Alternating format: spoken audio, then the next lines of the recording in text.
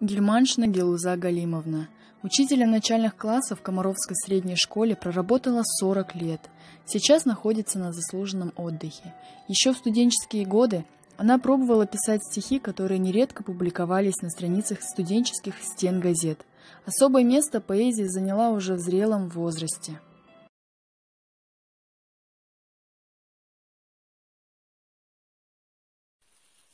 Мой Казахстан, любовь моя, как широки твои просторы, твои прекрасные поля, леса, озера, реки, горы, как высоко парит орел под голубыми небесами, звенит домбра, поет гармонь, вздыхая тихими басами. О Байконуре, Целине, о Нур-Султан и о природе, о Маншук и Алие, о счастье, мире и свободе.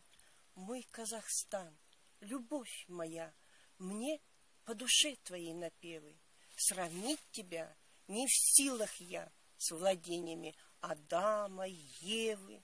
Здесь есть чудесные места, где снежный барс в горах гуляет, а в древних мифах красота, мечты тулпары окрыляют, а путеводная звезда нам указала путь-дорогу, чтоб наш народ, он никогда не ощутил войны тревогу. Мой хлебный край, моя страна, ты величава и красива. В тебя я с детства влюблена, я здесь живу, и я счастлива. Сверщевская Ольга Ивановна, пенсионерка, проживает в селе Досовка. 24 года проработала библиотекарем в Досовской сельской библиотеке. В свободное время сочиняет стихи. Жизненная кредо Ольги Ивановны по мере возможности делать людям добро. 100 лет тому назад переселенцы свои пожитки привезли сюда. И степь ковыльная, бескрайняя, для них родной стала навсегда. Здесь корни тех переселенцев давних остались кто в гостях, кто на погосте. Праправнуки хозяев первых, бывает, приезжают в гости. Нигде нет неба голубей, чем наши, и облаков пушистых снежно-белых, и волны ковылей безбрежный океан не увлечет красою дальних стран. Ты моя Досовка, родная, отчий дом, спокойно, радостно, отрадно в нем. Живет, цветет и радует, как прежде, даря мне веру, счастье и надежду. Все. Удальцов Валентин Константинович, пенсионер, проживает в селе Комаровка. Интересный человек, увлечения которого самые разносторонние. Он пишет стихи, очерки, играет на баяне и поет. Стихи начал писать еще в молодости. Ода о Комаровке. Краской красит заря небосвод, целинное солнце здесь рано встает. Казахские степи до белый ковыл, полвек я прожил, ничего не забыл.